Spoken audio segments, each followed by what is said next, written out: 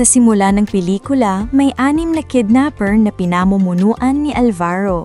At habang nag-uusap sila tungkol sa plano, nakarinig sila ng ingay mula sa kwarto ng batang kinidnap nila. Agad silang pumunta sa kwarto para alamin ang nangyari at nakita nila si Nilo na nakatali. Napagtanto nilang siya ang gumawa ng ingay. Binantaan siya at muntik na siyang patayin, pero hinamon lang sila ni Nilo. Binalaan niya ang grupo na kapag nagpaputok sila ng baril, maaari silang marinig ng mga kapitbahay. Samantala, si Roger, na pinakamainitin ng ulo, ay nagpa siya ng patayin si Nilo nang walang naririnig na ingay. Pinalon na ito gamit ang baril hanggang mawalan ito ng malay at mamatay. Samantala, sa katabing bahay, si Dolores ay pinasayaw ng kanyang asawa dahil mahusay siya rito. Habang nanonood ang lalaki, hindi niya napigilang bigyang kasiyahan si Junjun. Pagsapit ng umaga, napatingin si Dolores sa bahay ng mga kidnapper at nagtataka kung bakit laging maingay ang mga lalaki roon. Kinagabihan si George ay tulog na. Pagkatapos maligo, lumitaw ang mga pasa ni Dolores na patunay na inaabuso siya ng kanyang asawa. Habang kumukuha ng kinumin sa kusina si Dolores, biglang tinakpan ang kanyang bibig ni Jean, isa sa mga kidnapper mula sa katabing bahay, at doon nga ay nagbardagulan ang dalawa. Habang ang asawa niya ay mahimbing na natutulog, pagdating ng umaga, dumating na ang araw ng kanilang hinihintay. Oras na para kunin ang 5 milyon kapalit ng kinidnap nilang bata. Pumunta si Alvaro at ang grupo sa napag-usapang lugar habang naiwan si Pitong kasama ng bata para magbantay. Sa sumunod na pangyayari, dumating si Weng sa bahay kung saan nagbabantay si Pitong. Pinapunta siya roon ng lalaki para sa sariling hangarin. Habang abala sila, nagawa ng bata na pakawalan ng sarili at tumakas palabas. Napansin ni Pitong ang bata at agad siyang humabol. Sa ibang eksena, sinabi ni Alvaro sa ama ng bata sa telepono na ilagay ang pera sa drum sa tabi ng soccer field bago mag 4 PM at doon sila maghihintay. Nakilagay na ni Mr. Lee Pang-hee ang pera, pupuntahan na sana ito ni Eliseo pero pinigilan siya ni Alvaro at sinabi na hihintay nila ang paglubog ng araw bago kunin ang pera para makasigurado. Dumating ang gabi at oras na para kunin ang pera. Kinuha ni Jean at Eliseo ang pera habang lookout ang iba, ngunit biglang bumuhos ang ulan kaya nahirapan silang makita ang isa't isa. Mula sa malayo, napansin ni Roger na parang may mali at nakita ang isang police sniper na nag-aabang sa kanila. Sinenyasan niya sina Jean at Eliseo na wag kunin ang pera, pero dahil sa ulan, hindi siya maintindihan ni Jean. Binuksan ni Eliseo ang drum at kinuha ang bag ng pera, ngunit mabilis siyang nahuli ng mga pulis at agad na sumuko para sa kanyang buhay. Sa una, nahipagpalitan ng putok si Roger sa mga pulis, pero tumakas sila isa-isa. Si Gin naman ay napunta sa maling exit kung saan may mga nag-e-ensayo ng babae. Ginamit niya ang mga ito bilang panlin lang sa mga humahabol at kalaunan, isa-isa niyang naubos ang mga pulis.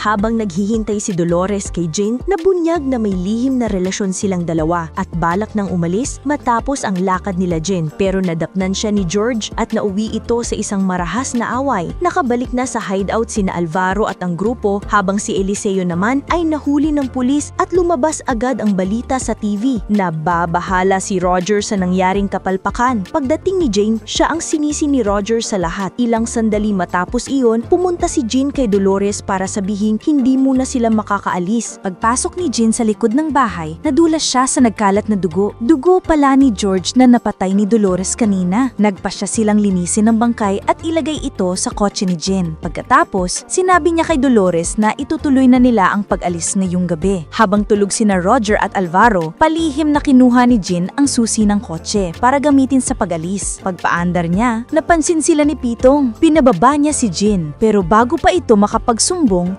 naunahan na siyang barilin ni Jean gamit ang bag bilang silencer. Walang nakarinig at agad niyang nilinis ang lugar at inilagay ang bangkay sa compartment kasama ng isa pang bangkay. Kinabukasan, hinanap ni Alvaro ang susi ng sasakyan at si Pitong na hindi nila alam ay pinatay na ni Jean at nasa loob na ng sira nilang trunk. Maya-maya, lumabas sa balita na magiging state witness si Eliseo. Dahil dito, nagdesisyon si Alvaro na itaas ang ransom sa 8 milyon at agad iyong sinabi sa grupo. Tutol si Roger dahil pabigla-bigla raw ang desisyon, kaya nagkaroon sila ng pagtatalo. Habang nag-aaway sila, dumating si Dolores para hanapin si Jean, pero nagtutukan agad sila ng baril. Doon niya nalaman ang tunay na pagkatao ni Jean. Para hindi mahalata ang relasyon nila, mabilis na ginapos ni Jean si Dolores. Sa kwarto, nakagapos si Dolores habang binabantayan ni Roger. Naakit si Roger at tinangka siyang pagsamantalahan, pero dumating si Jean at pinigilan siya. Nagkapikunan sila at nagtalo, pero agad silang inawat ni Alvaro. Ipinaliwanag ni Alvaro na kailangan nilang magtiis at sundin ang plano para matapos na ang problema at makapaghiwa-hiwalay rin sila gamit ang pera. Kinabukasan, natuklasan ni Emma at Roger ang bangkay ni Pitong sa trunk ng kotse, kaya muling nagkaroon ng gulo sa grupo. Ibinintang ni Alvaro kay Roger ang pagpatay dahil siya ang pinakamainitin sa kanila, kaya nag-away ulit sila. Kinuha ni Roger ang bata at sinabing siya na ang masusunod mula ngayon. Tutol si Alvaro at pinakalma naman sila ni Jean na sinabing ibaba ang baril at pag-usapan ng problema. Pero ayaw nang makipag-ayos ni Roger, kaya nang bumunot ng baril si Jean, nang unahan siya ni Roger at binaril, kasama na rin si Alvaro. Sa labas, may mga lalaking armado na naghahanap kay George. Nang marinig nila ang putukan sa loob, nakisali rin sila. Sila pala ay mga hitman para patayin si George, pero sa gulo ay nabaril nila si Emma.